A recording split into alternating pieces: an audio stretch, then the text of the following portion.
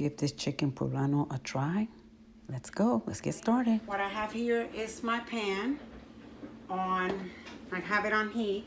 I'm gonna get ready to make my chicken that I told you. This chicken I had seasoned and had it frozen. So I'm gonna make it now. And all I'm gonna do is gonna be with onions and poblano peppers and probably, yeah, onions and poblano peppers. I'm not gonna add the tomatoes because I'm gonna be canning this as well, or part of it. The part that I'm gonna can, I will not be, let me move this before this thing gets too hot. The part that I'm gonna can, I won't be adding the tomatoes because the tomatoes are gonna get too mushy. I'll add the tomatoes to the part, whatever we consume today, if we consume it today.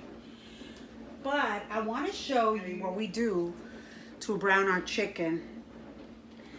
And this, they do this all the time back home. This is how I learned how to make pollo guisado. I'm gonna add just a tad little bit more oil, not too much, but you'll see in a minute.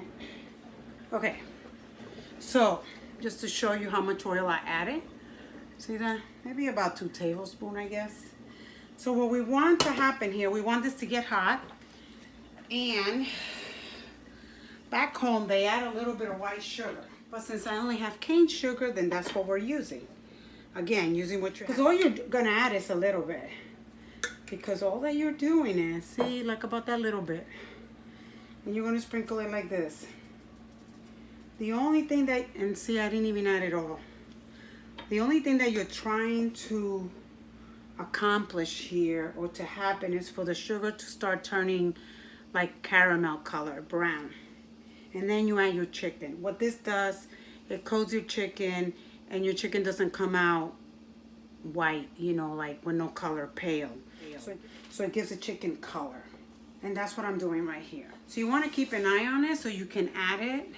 And then once you add your chicken, you don't want to move it around because you want to give it time for the chicken to take that caramel, nice, rich color. And since this is a mix of chicken thighs and boneless chicken thighs and chicken breasts, especially the chicken breasts, I really want it, I don't want it to be pale. So that's why I'm doing this. If you look at my counter, you'll be like, how does she do it? But I do.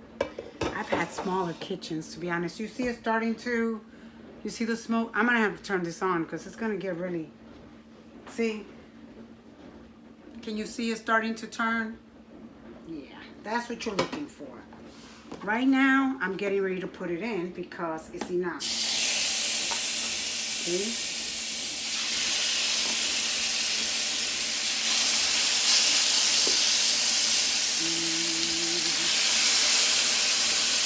That's what you're looking for, that sizzling sound. And you want a pot that's large enough that's not going to crowd your chicken too much. Or else it won't brown as evenly as you want it to. I'm going to leave it alone for a minute. Like so. Okay. I'm just going to leave it alone. In the meantime, I'm going to cut my bell pepper, well, not bell peppers, my poblano peppers and some onions. And I'm going to put it in here, and some ginger. I'm going to put it in here, and that's what I'm going to add to it. With probably a little bit of, what do you call it? Teriyaki. Good, perfect. And you want to pull the vein out, because sometimes that makes your taste a little bit bitter. I'm gonna turn you around so you can see the chicken. I'm sorry, guys. I really am apologizing for this ahead of time. But there you go. I just want you to see what we're looking for. You see the color? Hold on, I'm gonna bring it closer so you can see the color. See the color? Uh-oh. I know somebody's gonna write me a nasty gram and say, girl, you need to get a better way of videotaping, I'm sure. But some people always have to have something to say that's not very nice.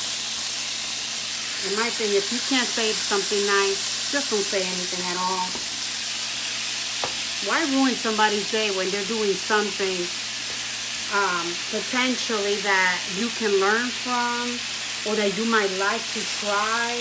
And it's time that everyone that does this YouTube thing, taking time out of their day. I'm not getting paid for any of this. I don't have a huge following or anything like that. I do it because it's what I enjoy doing. It's what I like. It's not for money or for recognition or for this or for that. It is simply because I enjoy doing it and because I hope that should I leave this earth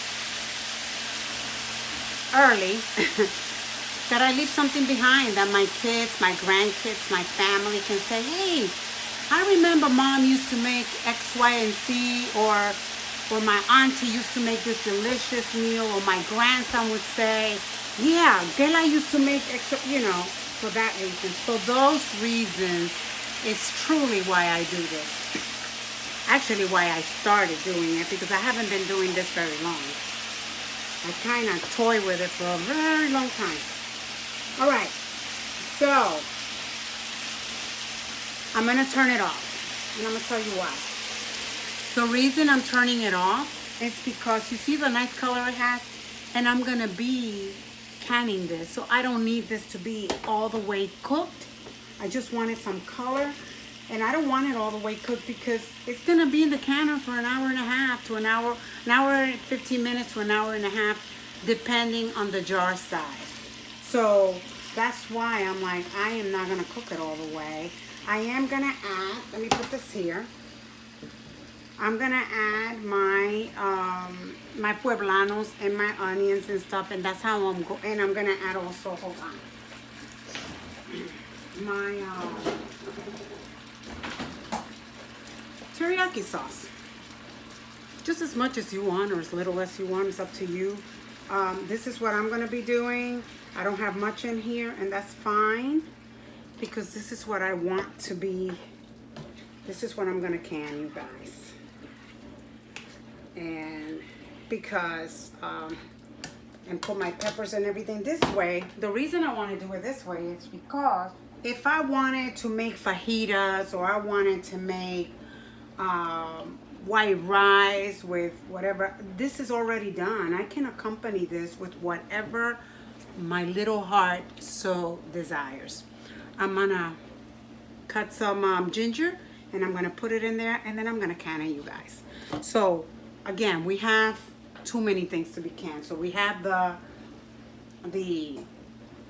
Blue Zone minestrone soup that I showed you earlier. We have here the, hold on, I just noticed that you couldn't see it. So we have a lot of things to can. We have the minestrone Blue Zone soup, my way, my version of it. I know there's a lot of ways that people make this, but this is the way I'm making it because that's the way I like it. And you make it how you like it. And then here I have the cod, the salted cod that I'm also going to be canning probably. I will have to go out and get more jars because I don't think I'm going to have enough. I also have here, you guys, I know. I'm also going to be canning meatballs that I have here. Now, I haven't quite decided how I'm going to do this because it has a lot of red sauce, and canning with red sauce can be a little bit of a challenge sometime, but I'm going to give it my best. They said I promised this to a nephew of mine, so I need to come through. When I give you my word, I give you my word. I don't play around. I don't know if you know, but back in the days when people gave their word was like God himself speaking to you. They would rather die than go back on their word. No matter what the consequences were, people would not easily go back on their word. You know what I'm talking about. Because if you see your grandparents, your great-grandparents, whatever, that's the way it was. At least that's the way it was in my house with my mom. So, and that's what she taught us. But anyway, guys, I think I rambled on quite a bit. I will bring you back when I get ready to can this. And I gotta do some ginger. All right, thank you for watching, guys. I love at first, let me just say that I did not want my face splattered all over YouTube. I really didn't. I just wanted my hands to do the work. But quite honestly, setting this thing up in this kitchen has been a challenge because my kitchen is small and it's really hard for me to set it up to get a good angle. And you gotta use what you've got so you make the best of things. And I had to get over the idea, oh girl, you don't want people seeing you on YouTube, you don't want this, but I figure I'm here to cook. I'm not here as a fashion show, I'm not here for Miss America or anything like that. I'm here simply to cook and share with you the things that I love. And this is what I love right here. I love doing this. This here, all this work, just being able to send someone a package and know that little package, that unexpected package has made their day is all that I need, you guys. It sends me on a natural high. It really does. Anyway, guys, thank you so much for watching. I'll bring you back when I get ready to can. Hopefully, I'll have enough jars. If not, I'm going to have to go out tomorrow and get some more jars and continue the canning process. Bye-bye, guys. There you have it, guys. Chicken is done and ready to be canned. All I have here is poblano peppers and some teriyaki sauce and teriyaki base glaze. I added a little bit of that. I added a little bit of this. And my chicken had already been seasoned. So you can see in the videos before. But you can certainly season this chicken. I know, don't laugh. You can certainly season it with Italian seasoning and a little bit of soy sauce. And then you can saute it like I showed you on the tape. Anyway, but this is going to be, I didn't cook the chicken all the way because it's going to be for me to can. And then, of course, this is the finished product. Here you have it, guys, the finished product. Make yourself a bowl of white rice and have at it. It is absolutely delicious.